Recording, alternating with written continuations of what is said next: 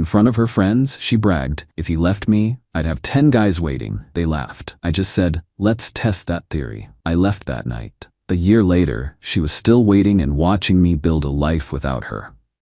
The conversation, if you can even call it that, happened at a dinner party at our apartment. It was one of those nights where my girlfriend, Ashley, insisted on showing off. New dress, new wine glasses, a new set of friends she'd acquired from her trendy yoga studio. I never liked her yoga friends. They were a flock of carbon copy women who all spoke in the same breathy, vocal fry accent and seemed to communicate entirely through backhanded compliments and passive-aggressive jabs. I was in the kitchen, pulling the roast out of the oven, when I heard Ashley's voice rise above the chatter in the living room. She was holding court, as she often did, telling some exaggerated story about a vacation we'd taken. I could hear the fake, tinkling laughter of her friends. I tuned it out, focusing on getting the dinner plates ready. Then, I heard my name. One of the friends, a particularly catty woman named Madison, asked a question loud enough for the whole room to hear. "But what would you do if a guy like Chris Hemsworth tried to hit on you, Ashley? Would you really turn him down for Dave?" It was a stupid, childish question, but it was also a test. A loyalty test, right there in front of a dozen people. I paused in the kitchen, listening. Ashley's laugh was loud and dismissive. "Oh my God, Maddie, are you kidding? If Chris Hemsworth even looked in my direction, I'd be gone. Dave knows the deal." Then came the line that changed everything.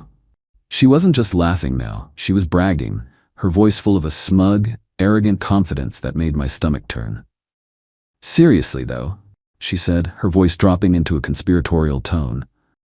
"If he ever left me, I wouldn't even be sad. I'd have 10 guys waiting in line by the end of the day. 10 at least." Her friends erupted in a chorus of supportive, cackling laughter. They thought it was hilarious. Empowering, even. I stood in the kitchen, holding a hot roasting pan, and felt a profound, chilling sense of clarity. For 5 years, I had been building a life with a woman who saw me not as a partner, but as a placeholder. A comfortable, reliable option she'd keep around until something better came along. The 10 guys weren't a hypothetical. They were her backup plan, her safety net, the audience she was constantly performing for. I didn't storm out of the kitchen. I didn't yell. I took a deep breath, composed myself, and walked into the living room, a polite, plastic smile on my face. I placed the roast on the dining table. Ashley looked at me, her eyes shining with the thrill of her own performance. "There he is," she announced, as if presenting a well-behaved pet. I looked at her, then at her friends, their faces still flushed with laughter at my expense. "That's an interesting theory," I said, my voice calm and even. Ashley's smile faltered slightly. "What theory?" "The one about the 10 guys," I said, looking directly into her eyes. "Let's test it." The room went silent. The laughter died in their throats. Ashley just stared at me, her mouth slightly agape, the confident bravado draining from her face. "What are you talking about, Dave?" she finally stammered. I picked up my jacket from the back of a chair. I took keys and my wallet from the small bowl by the door. "I'm talking about me leaving," I said, my voice as flat and hard as a granite countertop. "So you can start making your calls. Your 10 guys are now officially on the clock." I walked out the door and didn't look back. I left them there, in my apartment, with my food, in the middle of a dinner party that had just become a wake. I didn't know where I was going. I just knew I was never coming back. Update 1. The first night of my new life was spent in a sterile, anonymous hotel room downtown. I didn't sleep. I just sat in the dark, the silence of the room a stark contrast to the chaos I had just unleashed. My phone started blowing up almost immediately. First, it was Ashley, a frantic barrage of texts and calls. "What was that? Are you serious? Dave, come back right now. This isn't funny. You're really going to end our 5-year relationship over a stupid joke?" I didn't answer. Then came the calls from her friends, the same women who had been laughing at me an hour earlier, now leaving concerned, confused voicemails. I ignored those too. I'm a software engineer. My brain is wired for logic, for systems, for finding the most efficient solution to a problem. And my problem was that I had spent 5 years of my life building a shared infrastructure with a person who had just proven to be a catastrophic security risk. It was time to decommission the server. The next morning, I began the process of systematically disentangling my life from hers. I was methodical. I was ruthless. I was a machine executing a script. First, the finances. We had a joint checking account and a joint savings account. I was the primary earner by a significant margin. I went to my bank and opened a new set of accounts in my name only. I calculated my total post-tax contributions to our joint accounts over the past 5 years and transferred that exact amount to my new accounts. I left her contributions and a generous portion of the shared growth in the old accounts. I wasn't trying to leave her destitute. I was just taking back what was mine. Next, the apartment. We lived in a condo that I owned, a place I had bought and paid for long before I met her. She was not on the deed or the mortgage. She was, in the eyes of the law, a tenant with no lease. I had my lawyer draft a formal eviction notice. I hired a process server to deliver it to her at the apartment the next day. Then, I went on the offensive.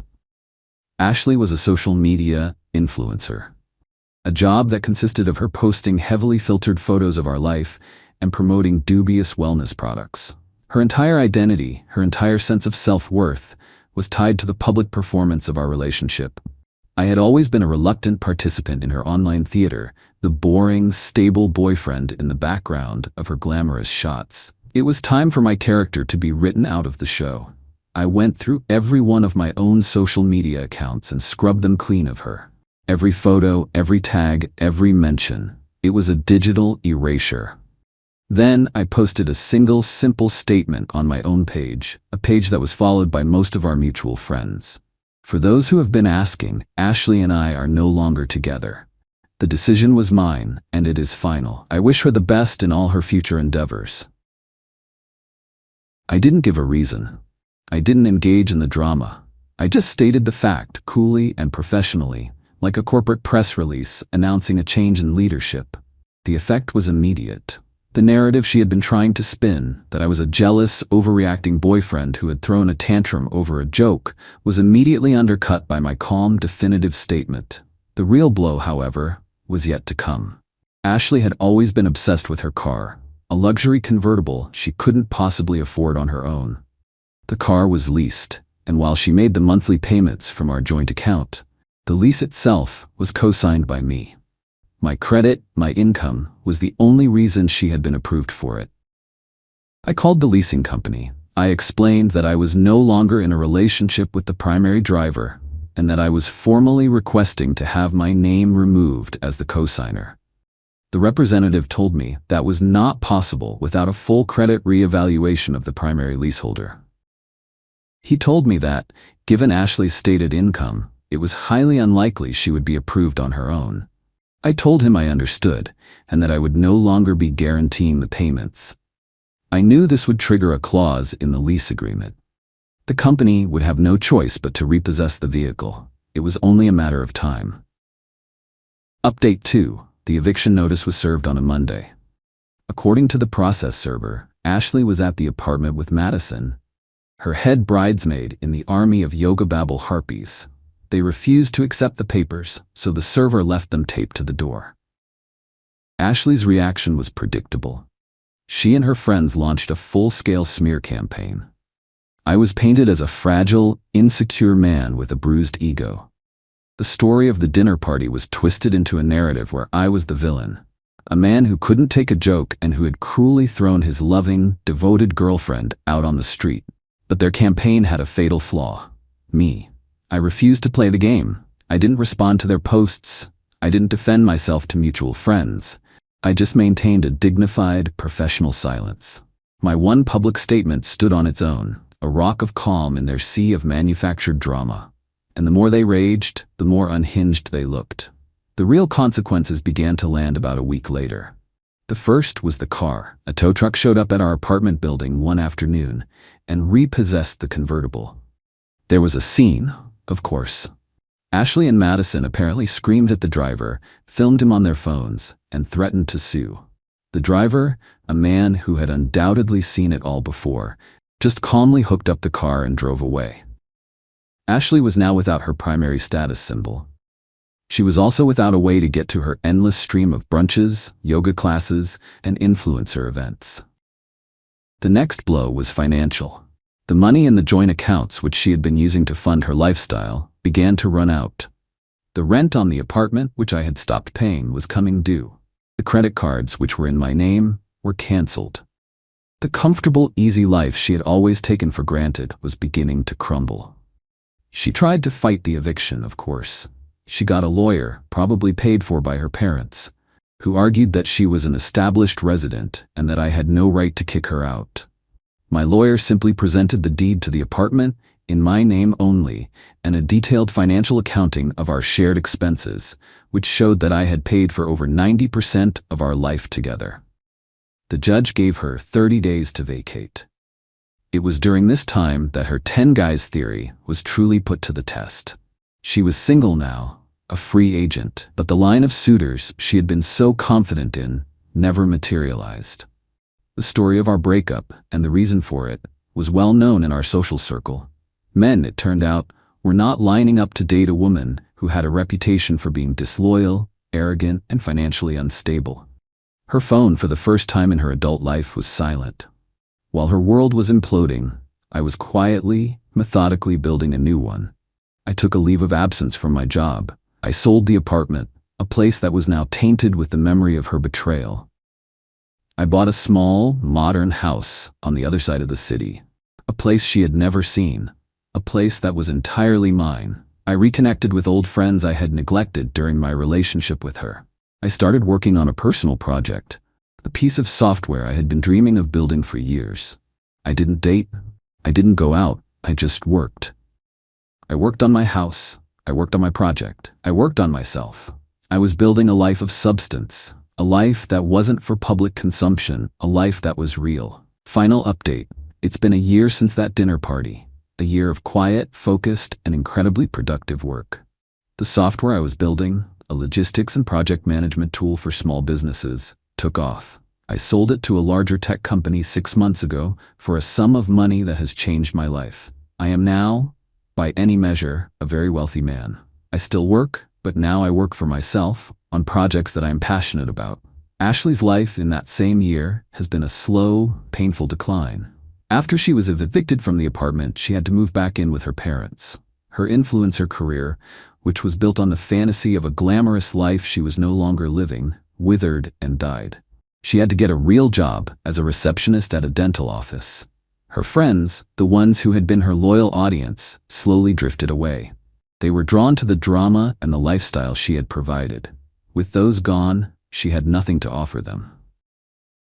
Madison, her best friend, is apparently now engaged to a wealthy older man and has completely cut Ashley out of her life. I hadn't seen her or spoken to her in a year. I had blocked her on everything, and she had no way of knowing about my recent success. Until last week. A local business journal published a feature article about me. It was a profile of a successful local entrepreneur, complete with a picture of me standing in front of my new house. The article mentioned the sale of my company and my new net worth. 2 days after that article was published, I got an email. It was from her. "Dave," it began.